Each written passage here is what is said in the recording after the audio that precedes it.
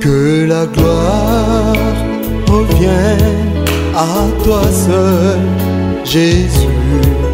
Tu es le seul Dieu de ma vie. Que la gloire revienne à toi seul, Jésus, car tu es le seul Dieu de ma vie.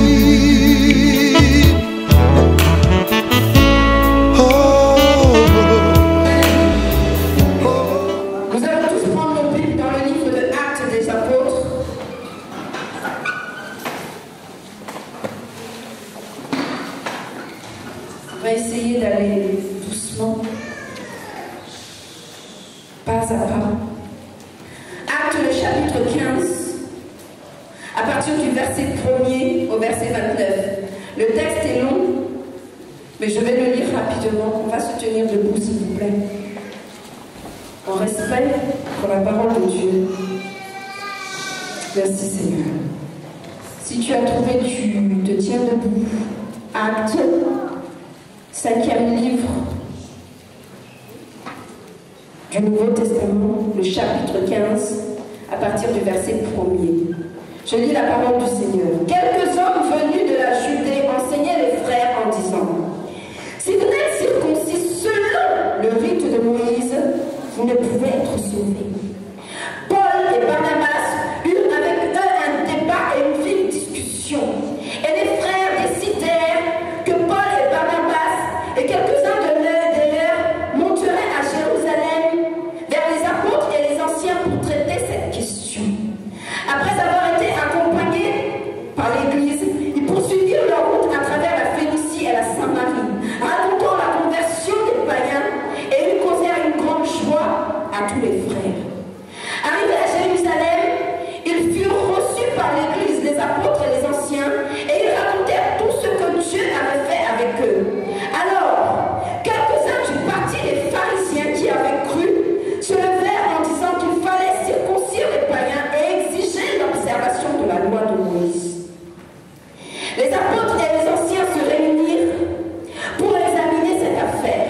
Une grande discussion s'étant engagée, Pierre se leva et leur dit: hommes, frères, vous savez que dès longtemps Dieu a fait un choix parmi vous, afin que par ma bouche les païens entendissent la parole de l'évangile et qu'ils crussent. Et Dieu, qui connaît leur cœur, leur a rendu témoignage en leur donnant le Saint-Esprit comme à nous. Il n'a fait aucune différence entre nous et eux, ayant purifié leur cœur par la foi. Maintenant donc, pourquoi tentez-vous Dieu en mettant sur le cou des disciples un jour que ni nos pères, ni nous n'avons pu porter? Mais c'est par la grâce du Seigneur Jésus que nous croyons être sauvés de la même manière qu'eux. Toute l'assemblée garda le silence et l'on écouta Barnabas et Paul qui racontèrent tous les miracles et les prodiges que Dieu avait fait par eux au milieu des païens. Lorsqu'ils eurent cessé de parler, Jean prit la parole et dit: hommes, frères, écoutez-moi. Simon a raconté comment Dieu a d'abord jeté les regards sur les nations pour choisir du milieu d'elles un peuple qui porta son nom. Et avec cela s'accordent les paroles des prophètes selon qu'il est écrit: après cela, je reviendrai et je relèverai de sa chute la tente de David, j'en réparerai les ruines et je la redresserai, afin que le reste des hommes cherchent le Seigneur, ainsi que toutes les nations sur lesquelles mon nom est invoqué, dit le Seigneur, qui fait ces choses, et à qui elles sont connues de toute éternité. C'est pourquoi je suis d'avis qu'on ne crée pas de difficulté à ceux des païens qui se convertissent à Dieu, mais qu'on leur écrive de s'abstenir des souillures des idoles, de l'impudicité, des animaux étouffés et du sang. Car depuis bien des générations, Moïse a dans chaque ville des gens qui le prêchent, puisqu'on le lit tous les jours de sabbat dans les synagogues. Alors il parle bon aux apôtres et aux anciens, et à toute l'église de choisir parmi eux et d'envoyer à Antioche avec Paul et Barnabas, Jude appelé Barsaba et Silas, hommes considérés entre les frères. Ils les chargèrent d'une lettre ainsi conçue. Les apôtres, les anciens et les frères aux frères d'entre les païens qui sont à Antioche, en Syrie et en Cilicie, salut. Ayant appris que quelques hommes partis de chez nous et auxquels nous n'avons donné aucun ordre, vous ont troublés par leur discours et ont ébranlé vos âmes, nous avons jugé à propos, après nous être réunis tous ensemble, de choisir des délégués et de vous les envoyer avec nos bien-aimés Barnabas et Paul. Ces hommes qui ont exposé leur vie pour le nom de notre Seigneur Jésus-Christ. Nous avons donc envoyé Jude et Silas qui vous annonceront de leur bouche les mêmes choses, car il a paru bon au Saint-Esprit et à nous de ne vous imposer d'autres charges que ce qui est nécessaire, savoir de vous abstenir de viande sacrifiée aux idoles, du sang, des animaux étouffés et de l'impudicité, choses contre lesquelles vous vous trouverez bien de vous tenir en garde. Alléluia. Nous pouvons nous asseoir. Seigneur, je veux te bénir et te glorifier pour ta parole. Merci parce que tu viens la dispenser tel que tu le souhaites, tel que tu l'as prévu, tel que tu l'as conçu dans ton royaume éternel. Je te bénis et je te glorifie parce que tu es un Dieu fidèle. Alléluia. Soyons bénis. Le livre d'Actes des Apôtres a été écrit par Luc. Luc, qui était docteur, non pas docteur de la loi, mais un médecin. Alléluia. Un médecin. Luc n'a pas connu Christ. Il n'a pas connu Christ. Mais il a fait des recherches minutieuses. Et il s'est basé sur des témoignages pour relater les faits qui se sont produits et qu'il a transcrit dans le livre de Actes des Apôtres.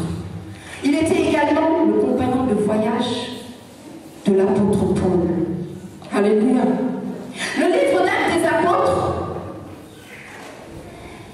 nous explique les débuts, les commencements de l'Église primitive, l'Église chrétienne. Et Luc va nous exposer dans les tout débuts, nous expliquer la Pentecôte. La Pentecôte qui est la promesse, le jour où Dieu va accomplir sa promesse faite aux disciples, où Jésus leur avait dit: restez ici, patientez ici, car je vous enverrai. Donc le Saint-Esprit est descendu ce jour-là. Gloire à Dieu. Amen. Donc Luc va nous relater cela, il va nous expliquer cela. Et donc ce jour où les disciples ont reçu l'onction de Dieu, l'Esprit de Dieu, afin d'accomplir l'œuvre à laquelle Christ les avait appelés. Mais la Pentecôte est aussi un jour qui est venu pour renverser quelque chose, une malédiction.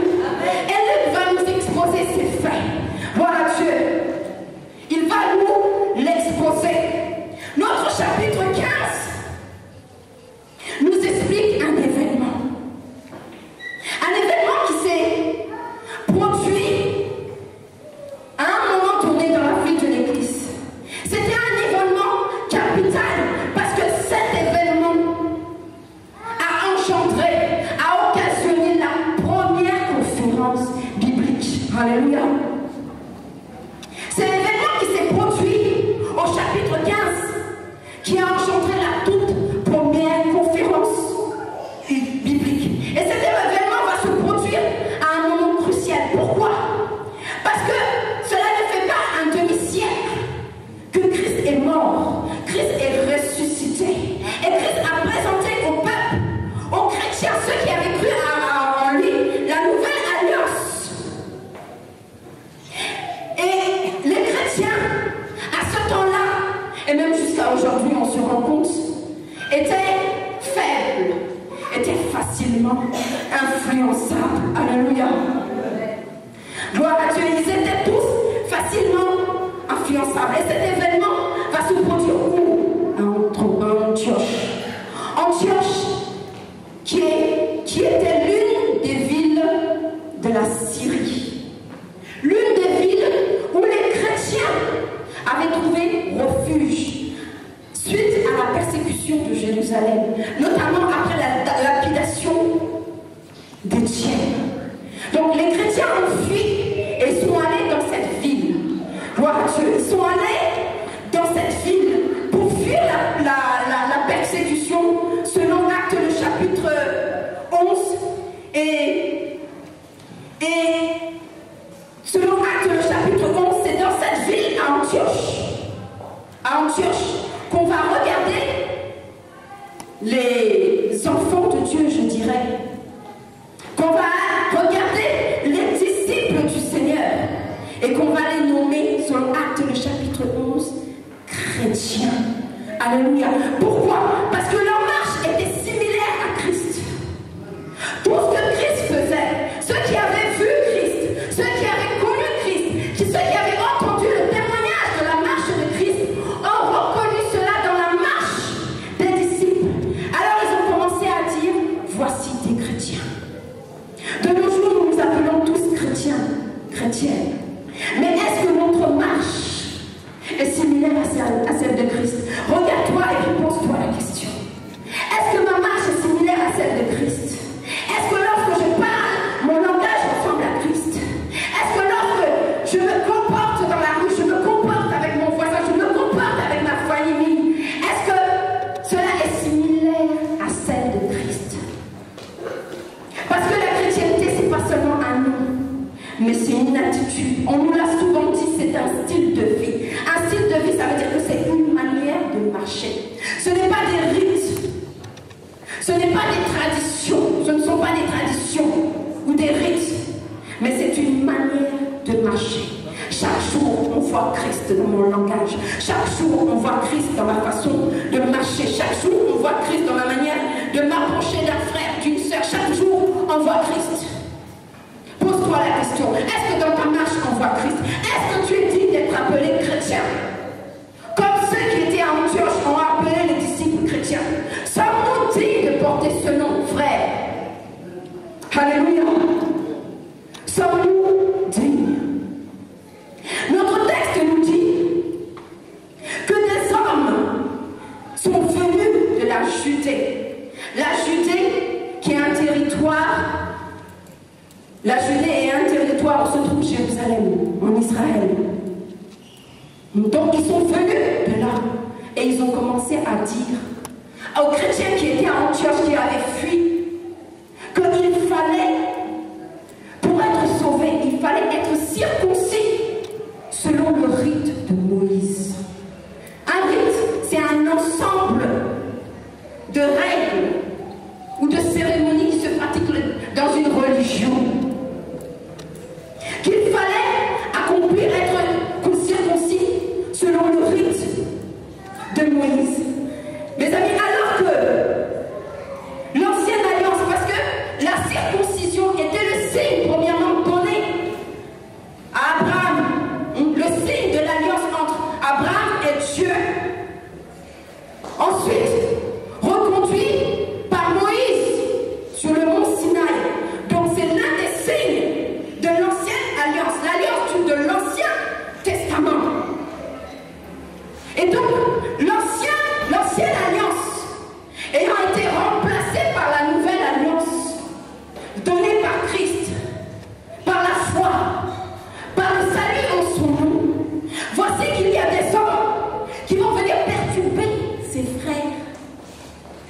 chrétiens par leur discours vain.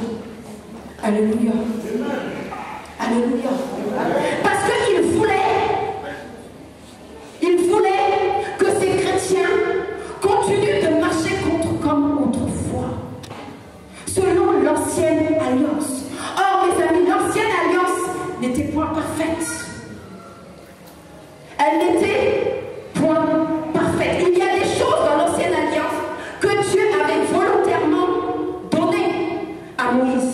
Elle n'était pas parfaite et c'est Dieu qui a voulu que cette alliance ne soit point parfaite. Pourquoi? Parce que cette alliance, elle n'était pas définitive.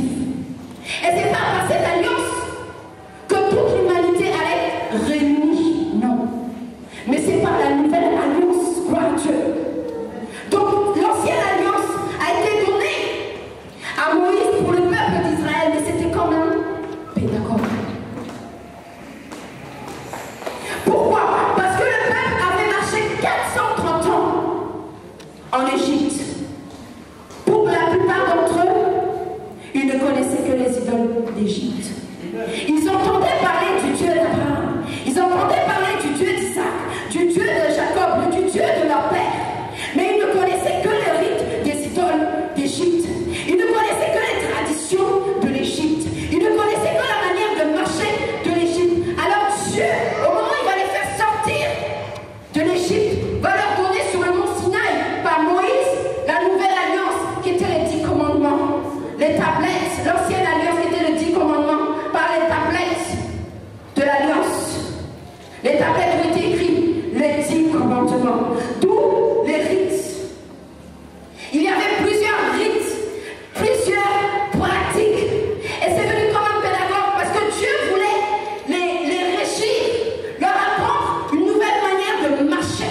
Il voulait leur apprendre une nouvelle manière de se comporter. Il voudrait en fait les rééduquer, les recadrer jusqu'à ce que Christ vienne.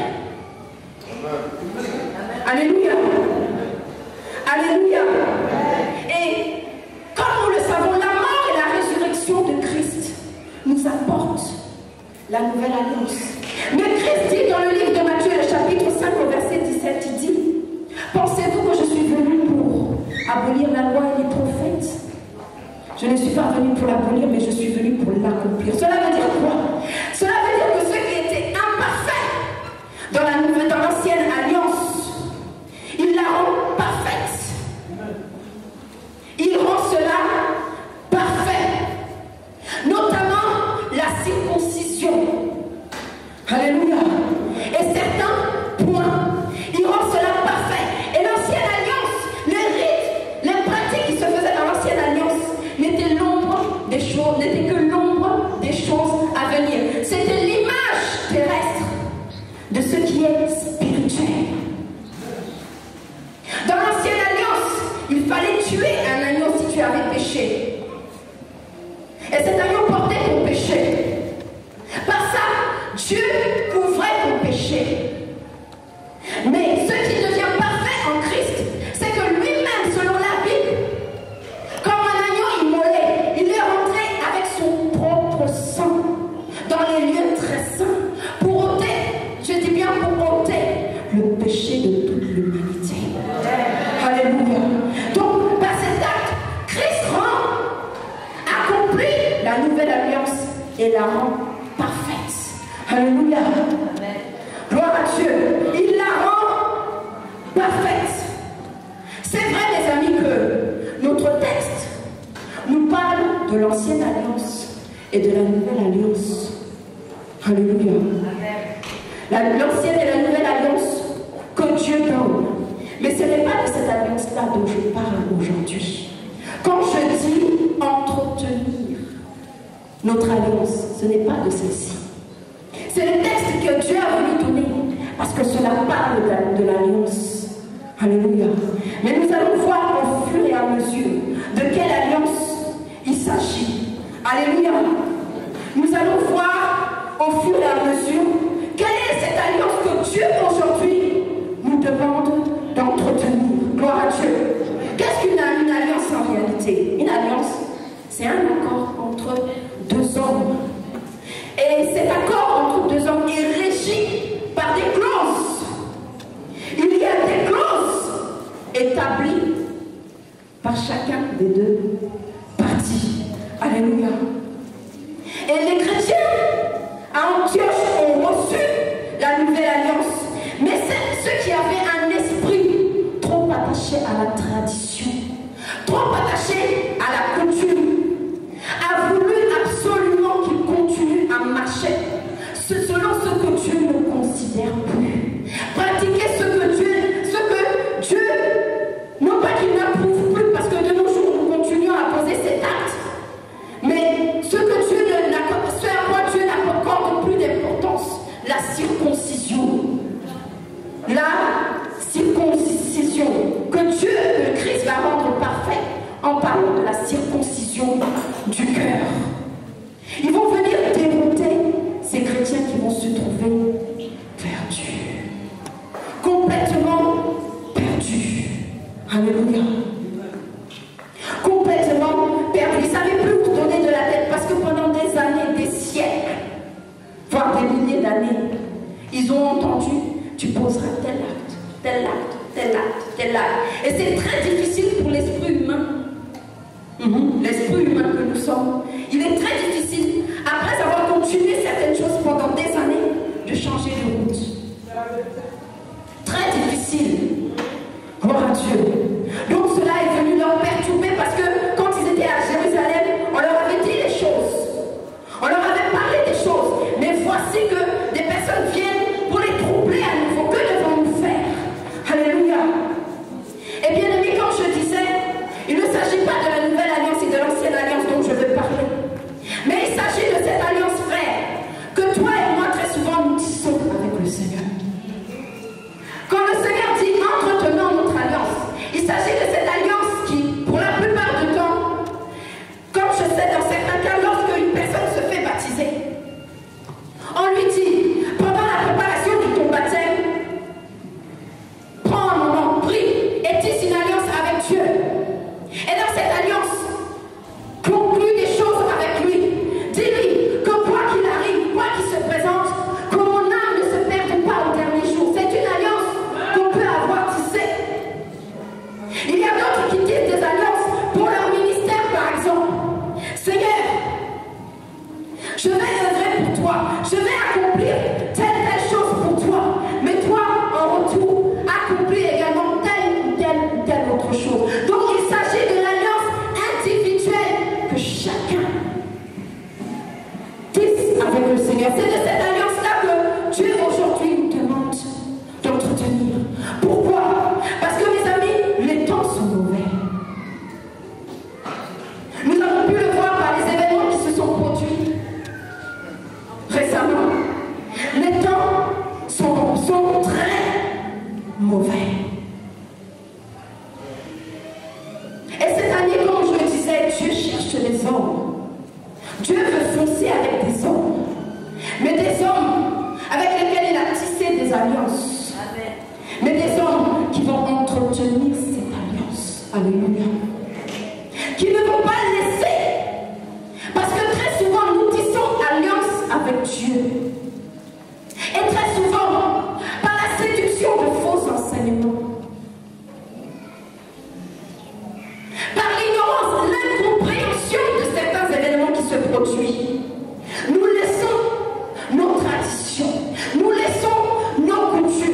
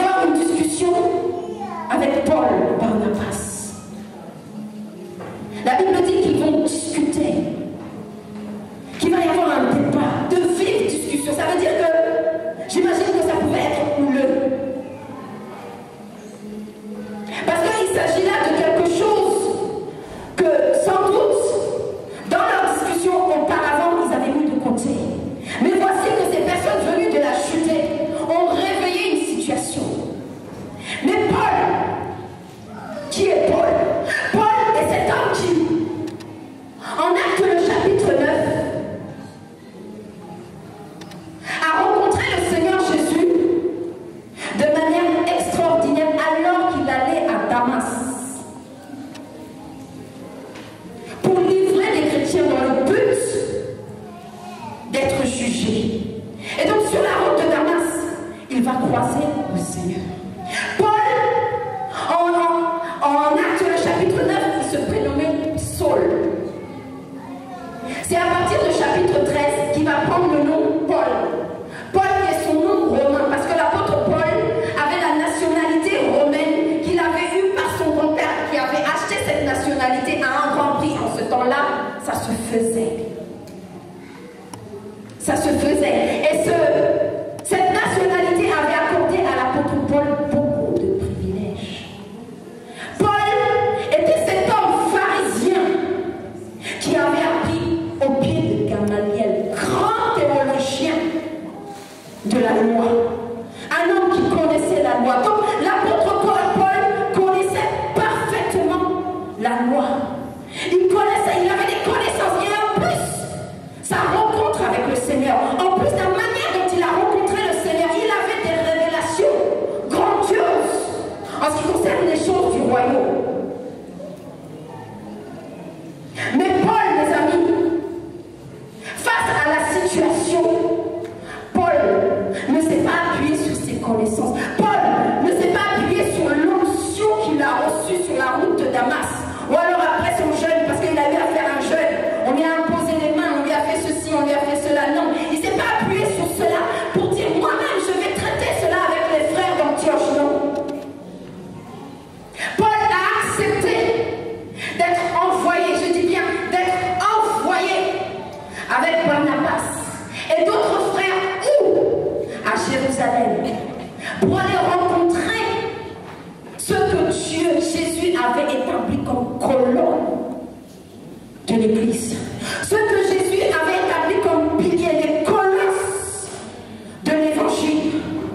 Paul n'a pas regardé à sa position, mais il s'est abaissé simplement afin de ne pas bafouer l'autorité de ce que Dieu avait établi. Alléluia. Il pouvait régler la situation face à ce problème spirituel, parce que c'était un problème d'ordre spirituel. Il pouvait la régler. Il en avait la capacité, parce que l'apôtre Paul avait des connaissances que ni Pierre, ni Jean, ni Jacques n'avaient. Il les avait, mais il a choisi de s'abaisser. Il a choisi de s'approcher, d'aller auprès de ceux qui avaient reçu l'autorité pour poser les fondements des doctrines bibliques. Alléluia.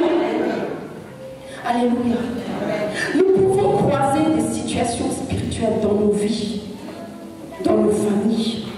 Tu peux croiser des situations difficiles, des situations qui sont d'ordre spirituel.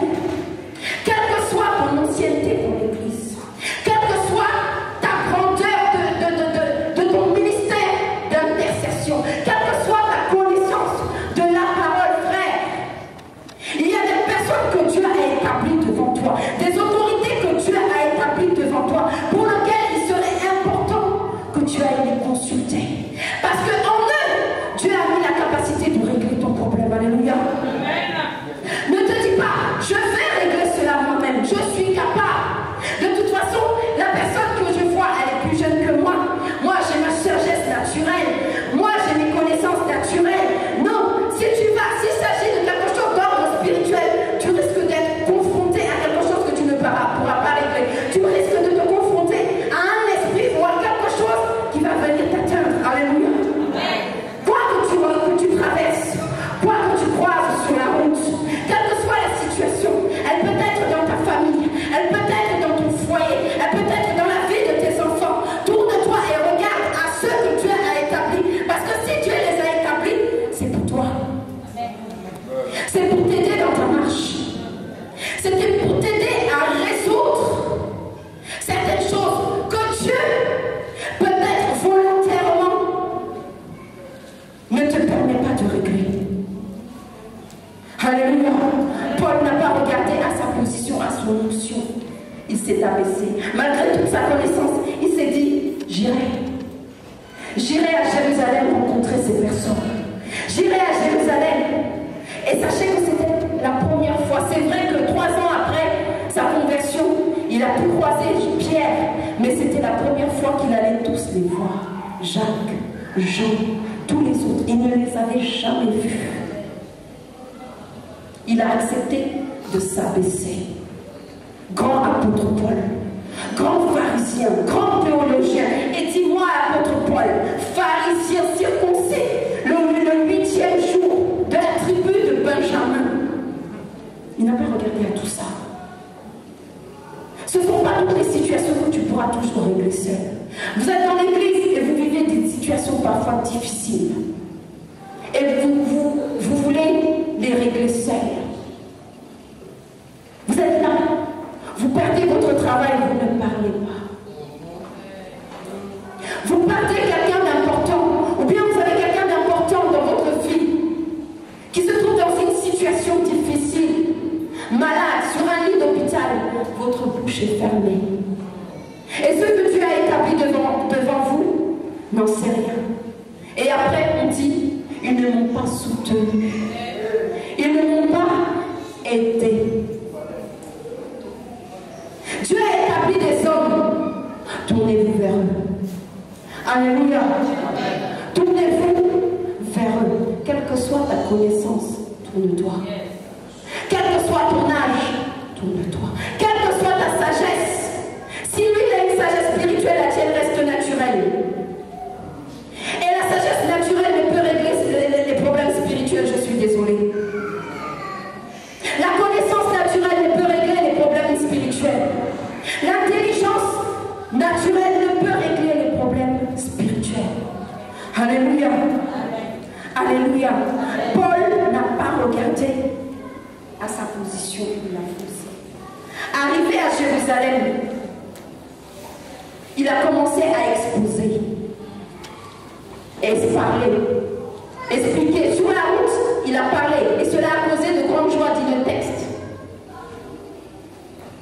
Mais arrivé à Jérusalem, il va exposer, parler, dire ce que Dieu a fait avec les païens. Et comme nous avons pu le lire, la Bible dit que certains des pharisiens qui avaient cru. Donc, on peut comprendre d'où viennent les enseignements qui ont été donnés à Antioche. Ces hommes qui sont allés à Antioche. La Bible dit que quelques-uns des pharisiens sont venus, se sont levés et ils ont dit, il faut prescrire aux païens d'être circoncis et de respecter la loi de Moïse. Alléluia. Alléluia. Et il va y avoir débat. Ils vont débattre. Pierre va se lever, va parler. Jacques va se lever, va parler pour dire que combien il est important pour nous. Lorsque nous tissons une alliance avec le Seigneur, je parle de l'alliance individuelle, je le répète, pour que nous puissions comprendre terre à terre, comme j'ai pu l'expliquer tout à l'heure. Tu prends, il y a des gens dans l'église qui disent à Dieu, Seigneur, ouvre-moi les portes du travail. Si tu ouvres les portes du travail, Seigneur, ils sont en train de tisser, ils savent pas, ils sont en train de tisser de la sorte leur alliance avec Dieu. Si tu ouvres les portes du travail, moi, et si tu me donnes tel salaire, moi, j'apporterai ma dîme tous les mois. Moi, je soutiendrai tel frère tous les mois.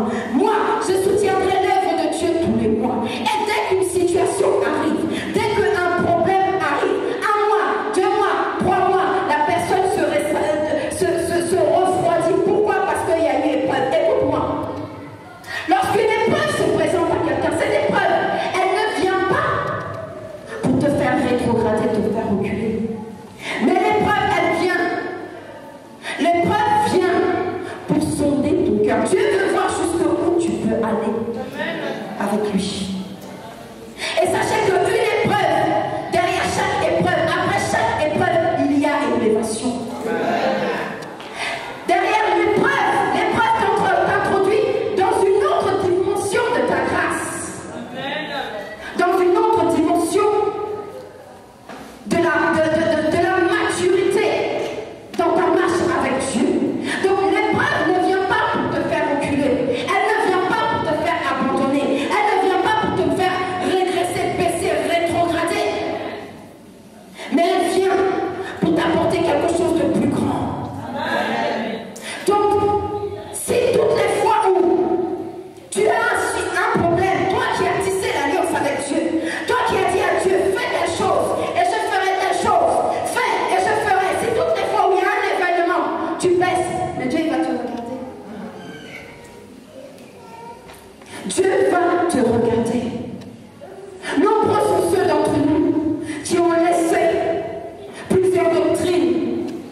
trahir notre alliance. Nous avons pris l'alliance et nous l'avons mise dans un tiroir. Mes amis, cette année, Dieu veut aller avec des hommes qui entretiennent leur alliance.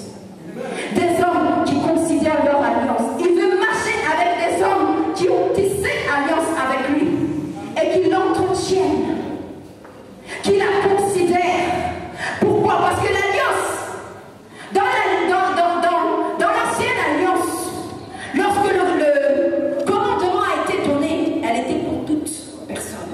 C'était tout le monde qui respectait les commandements. Mais lorsque quelqu'un avait une alliance particulière, cette alliance, elle venait comme dans le livre de Juge, la vie de Samson. Dans le livre de Juge est le livre qui se trouve juste après le livre de Josué. Et Josué est celui qui a succédé à Moïse. Donc la loi étant donnée par Moïse, Josué a continué la marche. Et ensuite, après la mort de Josué, dans le livre de Juge, le peuple d'Israël s'est trouvé perdu. Mais la loi était là. C'était l'anarchie. Mais la loi était là. Chacun faisait ce qu'il voulait. Mais la loi était là. Mais dans le livre de Juge, normalement, tout le monde devait respecter la loi. Tout le monde devait respecter les commandements de Dieu.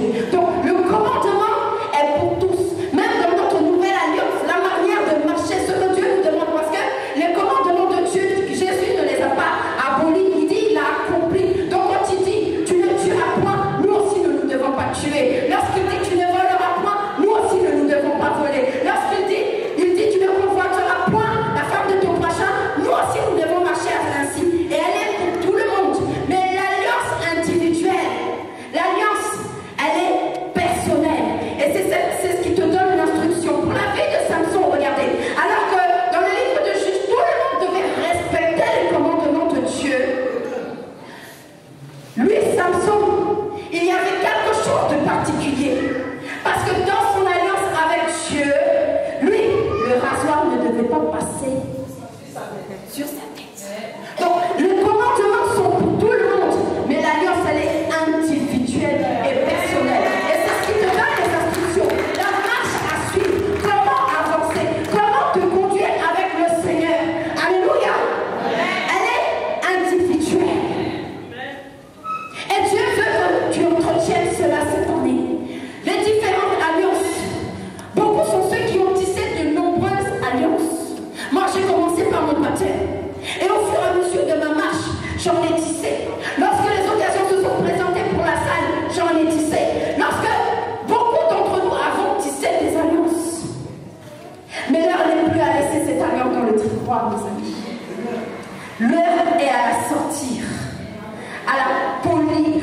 L'heure n'est plus à laisser des coutumes, des traditions l'envahir. Nous avons mélangé notre alliance avec Dieu à des traditions, à des coutumes. Quand ça m'arrange, je m'occupe de l'alliance. Mais quand ça arrange mes parents, je m'occupe de la tradition. Quand ça m'arrange, je m'occupe de l'alliance. Mais quand ça arrange ma famille, je m'occupe de la famille seule. Et je bafoue l'alliance. Dieu nous demande de la sortir du tiroir et de regarder à elle, de la considérer, soigneusement. Pourquoi? Parce que les heures sont difficiles. Mes amis, c'est elle. C'est cette alliance qui va te préserver du filet en cette année. Cette année qui a été annoncée dès le 31, année de difficultés, année de licenciement en masse, année de mort pour beaucoup. C'est cette alliance qui va t'introduire. Alléluia. C'est cette alliance et il est important que tu l'entretiennes, que tu la polisses, que tu la considères, que tu la gardes jalousement. Alléluia. Alléluia. En ce qui concerne ce qui a été annoncé, avant la fin de l'année, c'est devant tout le monde ici que la plupart des personnes ici, parce que je ne peux pas me permettre de dire tout le monde n'était pas forcément là ce jour-là, que le Seigneur m'a demandé d'entrer dans un moment. 7 jours. J'ai obéi. C'était pas la première fois que je faisais ces 7 jours.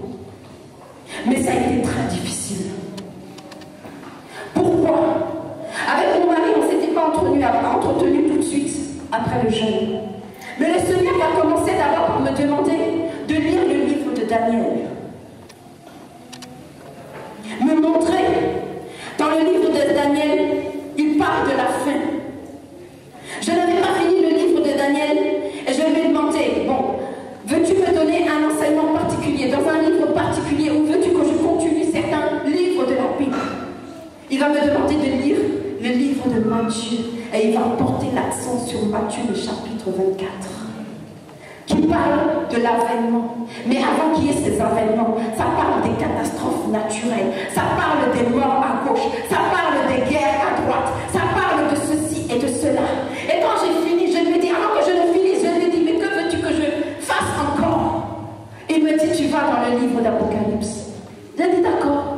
Donc je lis. Je lis. Et je continue de lire. Mais arrivé à la moitié du livre de l'Apocalypse, mes amis, je n'en pouvais plus. Parce que avant que je ne finisse chaque livre, je lui demande, que veux-tu que je fasse après cela? Il va me dire, tu iras ensuite à Ézéchiel. Donc j'étais en train de lire le livre d'Apocalypse, je suis à la moitié. Mes amis, arrivé au chapitre 20, même pas au chapitre 18, mon esprit ne pouvait plus supporter les visions que j'avais. J'ai commencé à pleurer. J'ai commencé à pleurer parce que je supportais plus ce que je voyais. J'ai pleuré chaudement dans la chambre. Je lui dis, je ne veux pas, je n'ai pas envie d'aller après ça en Ézéchiel. Parce que quand tu arrives en Ézéchiel, non seulement il va te montrer des visions de ces animaux qui font ci, qui font ça, mais aussi quand tu arrives au chapitre 34, il va te parler de tous ces serviteurs qui vont venir. J'ai pleuré, j'ai dit, je ne veux pas, j'ai pleuré parce que je n'en avais pas envie. Je n'en avais pas envie. Mes amis, tel il a été dit, je n'en ai pas parlé tout de suite à mon époux. Donc quand le 31, il en a parlé, j'ai dit, voici une confirmation. Ça va être chaud, mes amis. Ça va être chaud. Et c'est même pas tout de suite après le 31 que je lui en ai parlé. C'est peut-être après le culte du dimanche que je lui ai dit, ça a été difficile. J'avais envie de fuir ce jeûne. Au bout du 4e, 5e jour, je n'avais plus envie de continuer. Parce que je n'avais plus envie, je me sentais oppressée parce que je voyais tous ces morts à gauche, tous ces morts à droite. Je me sentais oppressée. 5e jour, je ne peux plus, j'ai envie de sortir. Je dis, mais pourquoi c'est si difficile? C'est pas la première fois. Nous avons fait 21, Seigneur, nous avons fait 10, nous avons déjà fait 7. Pourquoi cette fois-ci c'est si difficile? Ça va être dur. Dur pour chacun. Dur. Il a parlé de quoi? De licenciement en masse. Et comme je disais, c'est ton alliance, la manière dont tu vas entretenir ton alliance, qui va te permettre d'échapper au filet du licenciement.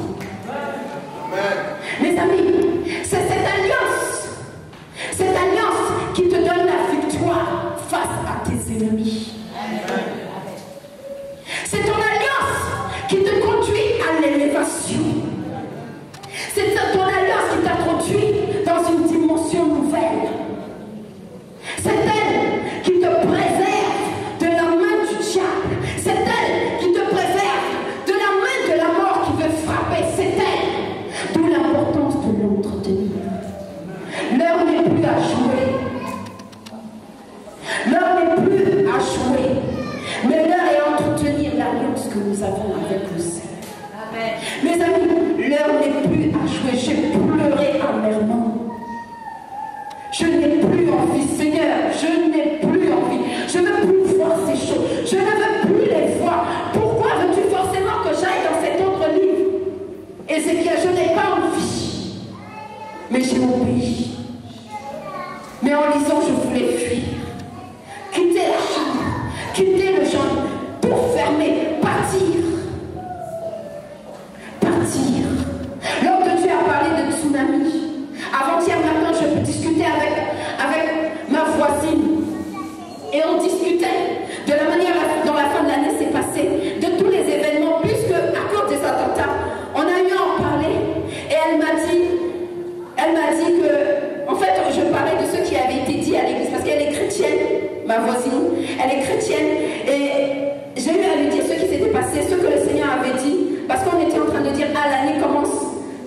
cependant, j'ai profité pour en parler avec elle. Et lorsque je lui parlais, j'ai dit, ah, il a été dit dans la communauté qu'il va y avoir des catastrophes, il va y avoir telle chose, il va y avoir dans le monde des choses qui vont vraiment nous perturber. Et elle a parlé pour dire, ah, voici, j'ai reçu tel passage qui parle du Seigneur qui vient émonder, retirer, déplier, c'est-à-dire enlever le monde. Donc ceux qui ont le monde, qui sont dans l'église et qui ont encore le monde, il va ôter, il va nettoyer. Et ensuite, j'ai pas osé lui parler j'ai pas osé utiliser le mot tsunami devant elle, parce que je me suis dit, c'est trop fort, comment va-t-elle le prendre? Et pendant qu'on marchait, parce que nous avons été accompagner les enfants, accompagner ses jumelles, Marécha et tous les enfants qu'on avait, et elle a commencé à parler, elle me dit, ah, l'autre jour, donc je crois que c'était avant la fin de l'année, j'ai eu un songe. Dans le songe, j'étais en Martinique avec mes sœurs, parce qu'elle est martiniquaise. J'étais en Martinique avec mes sœurs, j'étais sur le bord de la plage, et mes sœurs étaient dans l'eau. Et d'un seul coup, je me tourne et je regarde, voici une vague, un tsunami qui vient. Moi, j'ai pu m'avancer, mais mes sœurs étaient dans l'eau, et je me suis réveillée. Je lui ai dit, mais Guylaine, parce qu'elle s'appelle Guylaine, il faut écrire ces choses. Parce que je n'ai pas osé te dire, utiliser le mot tsunami, mais dans la communauté, ça a été dit. C'est des catastrophes que nous allons voir. Elle dit, elle a vu ces choses. Je lui dis, Guylaine, c'est une confirmation. Ton livre que tu as lu, ton texte que tu as reçu, c'est une confirmation. L'heure n'est plus à jouer. L'heure est d'entretenir notre communion avec notre Dieu. L'heure est à régler notre marche. Les apôtres ont parlé dans le texte. Pierre a parlé. Et Jacques va enchérir pour dire combien il est important de ne rien laisser venir ternir, souiller notre alliance. Influencer négativement notre alliance.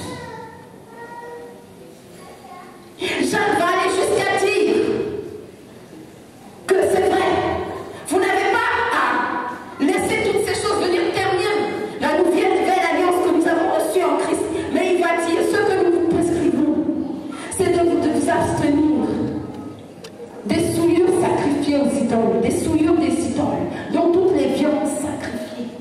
Lorsqu'il y a des sacrifices, les lieux où tu vas, où tu sais que dans ces lieux, c'est des sacrifices à balles qui sont faits, il faut éviter de manger. Parce que si tu sais que là, dans leur fête, ils ont sacrifié la viande à un dieu, tu manges, tu te souilles. Amen. Gardez-vous des viandes sacrifiées aux idoles. Gardez-vous du sang. La vie est dans le sang. Autrement dit, garde-toi de prendre la vie d'autrui. Aujourd'hui, il est difficile pour quelqu'un qui, après avoir eu une mauvaise marche, de ne pas aller facilement avorter. Ou bien un frère qui pousse la sœur parce qu'il ne veut pas aller avorter. C'est la vie que tu prends. Gardez-vous de l'impudicité, c'est écrit noir sur blanc. Tu n'es pas marié, tu ne couches pas. Je suis cru, mais je parle. Tu n'es pas marié, tu ne couches pas. Parce que la mort t'attend. J'ai dit la mort t'attend. Et aujourd'hui, il est très difficile, j'ai du mal à comprendre. De trouver des jeunes sœurs, des jeunes frères qui se sont donnés avec toute la fougue, avec le zèle au Seigneur. On leur a appris la parole, on leur a enseigné, on a fait leur délivrance, on leur a donné la manière à marcher. Mais au cours de leur marche, l'impudicité arrive. Et j'ai du mal à comprendre. Excusez-moi, hein? Je comprends, hein? Mais quelque part, j'ai du mal à comprendre. Parce que la grâce que Dieu nous a donnée, la grâce que Dieu nous a faite, je sais pas, on ne la considère pas. On ne considère pas l'alliance que Christ a tissée avec nous. Et ces choses viennent souiller notre alliance. À cause de ces choses, nos alliances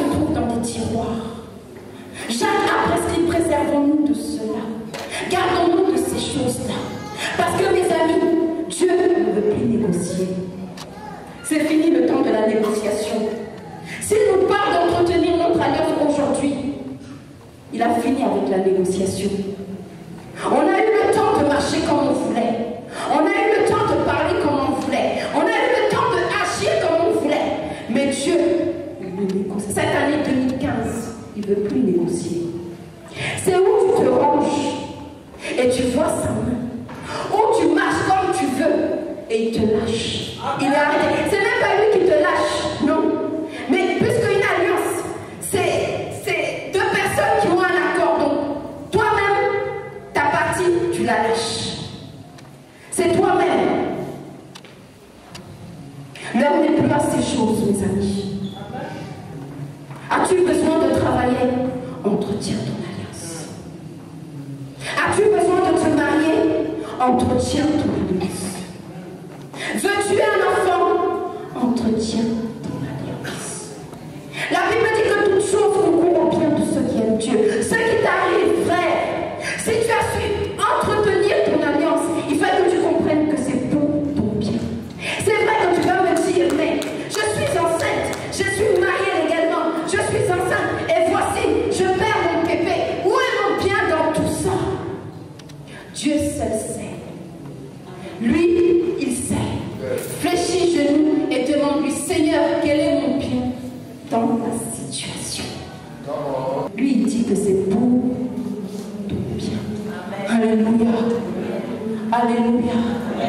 Donc, face aux différentes difficultés, problèmes, cherchez à savoir quel est mon bien au milieu de tout ça. Au lieu de lâcher la main de Dieu, au lieu de reculer, au lieu de rétrograder, allez s'allier au monde, aux œuvres du monde, aux œuvres qui ne plaisent pas à Dieu. C'est empirer notre situation. Alléluia. Empirer notre situation. Nous devons entretenir notre alliance. Alléluia.